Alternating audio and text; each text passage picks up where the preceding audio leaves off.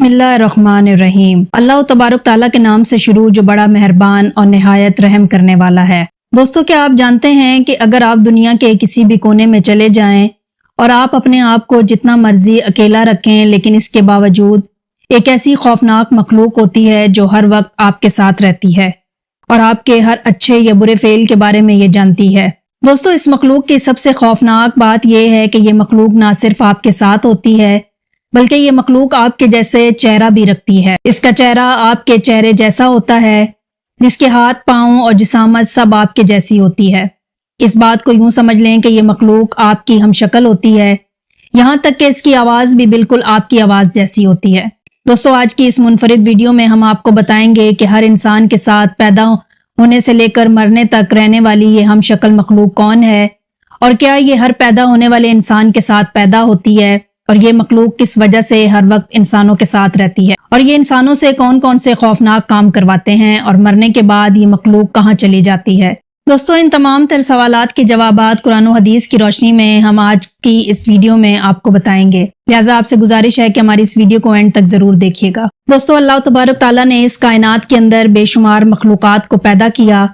لیکن اس کائنات میں صرف دو مخلوقات ایسی ہیں جن کو اللہ تبارک تعالیٰ نے عبادت کرنے کا حکم دیا، ایک انسان اور دوسرے جنات۔ جنات اللہ تبارک تعالیٰ کی وہ مخلوق ہے جس کا انکار کرنا کفر ہے، کیونکہ اللہ تبارک تعالیٰ نے واضح طور پر قرآن پاک میں اس کے وجود کا ذکر فرمایا ہے۔ دوستو، جنات میں بھی انسانوں کی طرح بہت سارے قبیلے ہوتے ہیں، جن میں کچھ جنات نیک ہوتے ہیں اور کچھ جنات شریر ہوتے ہیں۔ جنات کے متعلق ہمیں بہت ساری روایات ملتی ہیں، جیسا کہ حضور پاک صلی اللہ علیہ وسلم نے ارشاد فرمایا کہ جنات کی 3 قسمیں ہیں۔ جنات کی ایک قسم ایسی ہے کہ جن کے پر ہیں اور یہ ہواؤں میں اڑتے پھرتے ہیں۔ جنات کی دوسری قسم سانپ اور کتے ہیں۔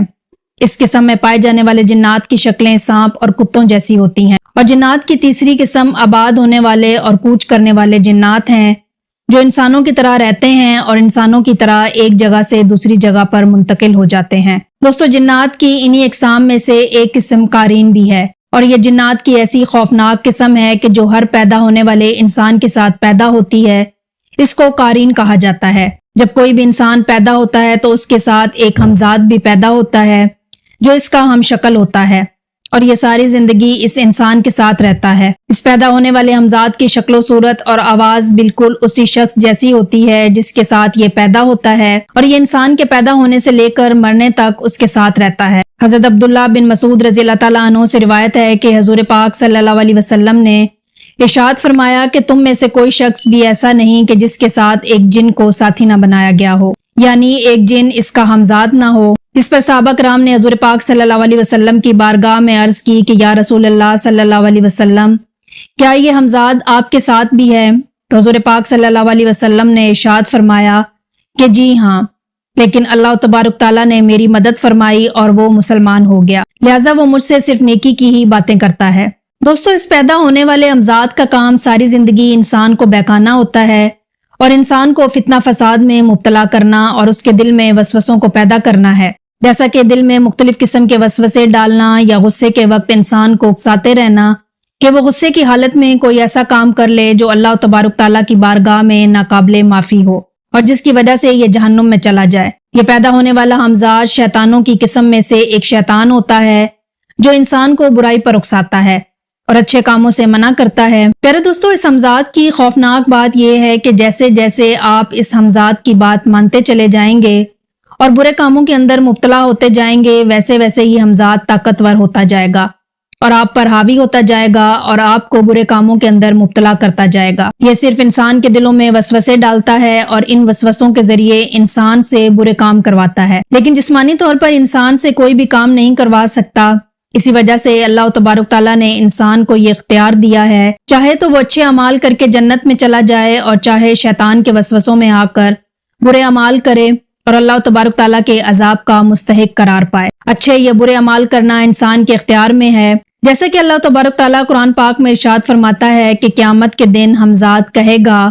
کہ اے میرے رب، میں نے تو اس کو گمراہ نہیں کیا بلکہ یہ خود ہی ایک دور کی گمراہی میں تھا۔ ساری زندگی انسان کے ساتھ رہنے کی وجہ سے یہ ہمزاد آپ کے متعلق سب کچھ جانتا ہے وہ سب کچھ بھی جو آپ نے تنہائی میں کیا اور وہ سب کچھ بھی جو آپ نے لوگوں کے سامنے کیا۔ جادوگر اور عاملین لوگ اسی ہمزاد سے معاہدہ کر کے ہر جائز اور ناجائز کام کرواتے ہیں، لیکن اس معاہدے میں ہمزاد جادوگروں سے ایسی شرطیں منواتا ہے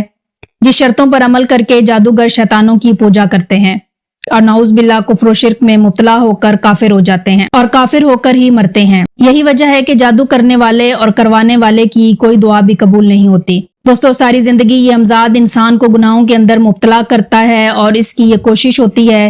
کہ انسان کفر و شرک کے اندر مبتلا ہو کر اپنے ایمان سے فارغ ہو جائے اور اسی کفر کی حالت میں اس دنیا سے چلا جائے۔ جب انسان اس دنیا سے چلا جاتا ہے تو یہ ہمزاد اسی دنیا میں رہ جاتا ہے اور یہ دوسرے لوگوں کو ان کا ہم شکل بن کر گمراہ کرتا ہے اور ان کو برائیوں کے اندر مبتلا کرنے کی کوشش کرتا ہے۔ دوستو، جس طرح ہر انسان کے ساتھ ایک ہمزاد شیطان پیدا ہوتا ہے، اسی طرح اللہ تبارک تعالیٰ نے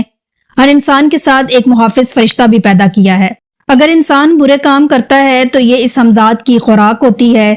جس کی وجہ سے وہ ہمزاد انسان پر حاوی ہو جاتا ہے اور انسان سے برے کام کرواتا ہے اور نتیجتاً اس کا نتیجہ کفر پر ہو جاتا ہے۔ اور اس کے برعکس اگر انسان اچھے اعمال کرے اور اللہ تبارک تعالیٰ کا ذکر کرے، قرآن پاک کی تلاوت کرے اور 5 نمازیں باجماعت ادا کرے